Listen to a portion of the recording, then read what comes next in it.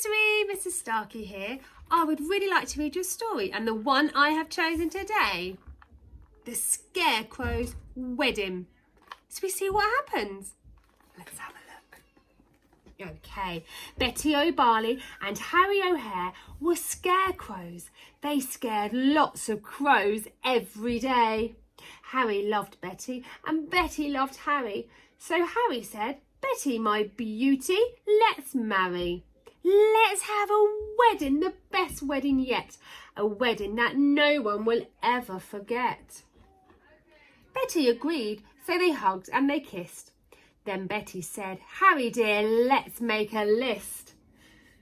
"Just as you say," answered Harry O'Hare. So they wrote down the things they would need on the day. A dress of white feathers, a necklace of shells, lots of pink flowers, 2 rings and some bells. Then Harry gave Betty O'Barley his arm and the Scarecrows set off on a hunt around the farm. They hadn't gone far when they spotted some geese. "Oh geese, if you'll give us a feather apiece, you can come to our wedding, the best wedding yet, the wedding that no one will ever forget." "We will," honked the geese, and they each gave a feather. A spider friend offered to sew them together.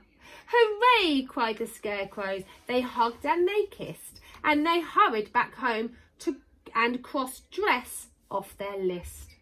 Then Harry gave Betty O'Barley his arm, and they set off once more on their hunt round the farm.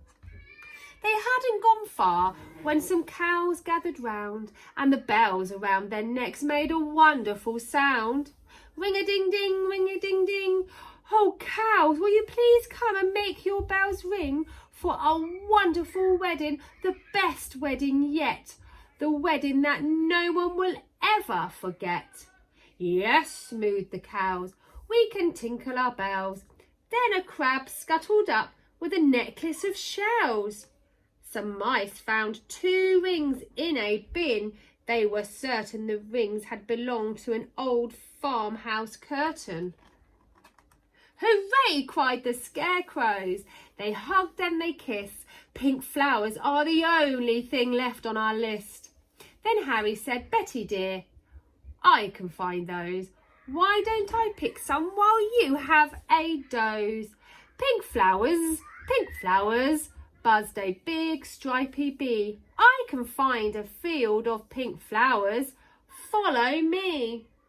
So the bee led the way, and they travelled for hours till they came to a field full of pretty pink flowers. Harry stood thinking, "I won't pick them yet. I need to find water to keep their stalks wet." "Just follow me," croaked a lumpy old toad. "There's a lovely wet pool up the top of this road." So they climbed up the road. It was terribly steep. "I'm tired," said the toad, so they stopped for a sleep. Early next morning they came to the pool. "This water," said Harry, "is beautifully cool, but now I need something to carry it in, a jug or a vase or a cup or a tin."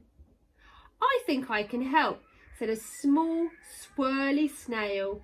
"I can show you the way to a very fine pail."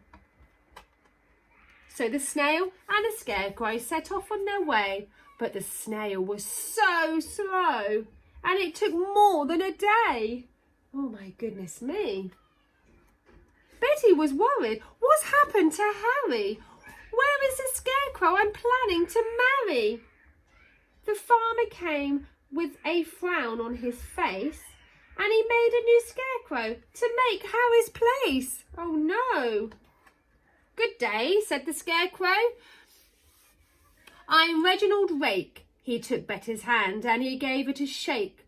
"Together," he told her, "we make a fine pair. You're really quite pretty apart from your hair." Then he jumped in a tractor and told her, "Hop in. I'm a really fast driver. Let's go for a spin." But Betty said, "No, I must wait here for Harry. He is the Scarecrow I'm going to marry." We're planning our wedding, the best wedding yet. The wedding that no one will ever forget. Reginald laughed. You'll be waiting forever. Forget about Harry. I bet he's not clever. Oh, he's not very kind, is he? I must be the cleverest scarecrow alive. I can sing lots of songs, I can dance, I can drive. I'm dashing, I'm daring, I'm cool as can be. I can even blow smoke rings, just watch me and see.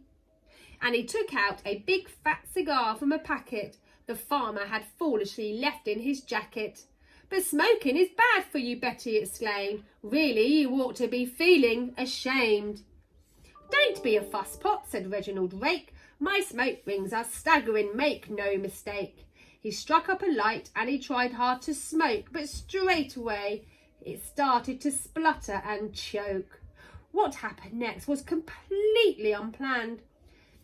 The lighted cigar tumbled out of his hand.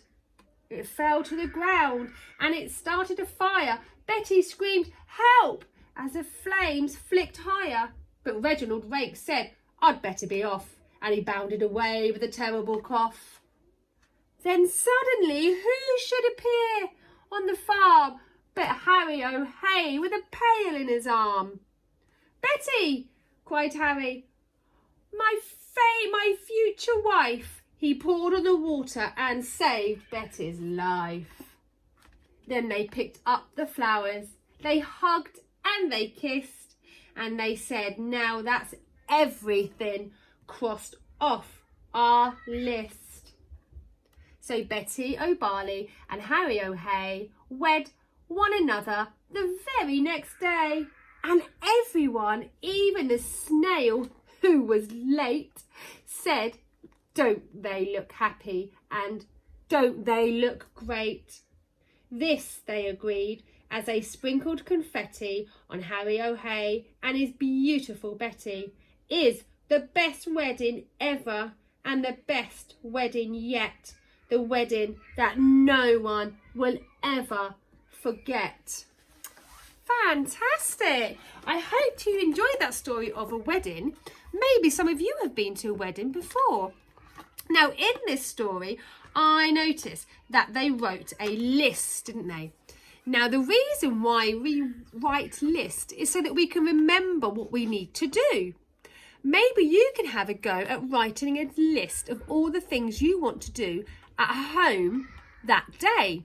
Now, as you can see, they have drawn pictures of what they're going to do and they've used their writing. So what you can do is you can draw pictures of all the things that you want to do when you're at home for one day. And then when you've done it, you can cross it off your list. That will help you remember all the things that you want to do. Okay, you can always pop your list up on tapestry for me to see. Okay, and I'll see you soon. Bye.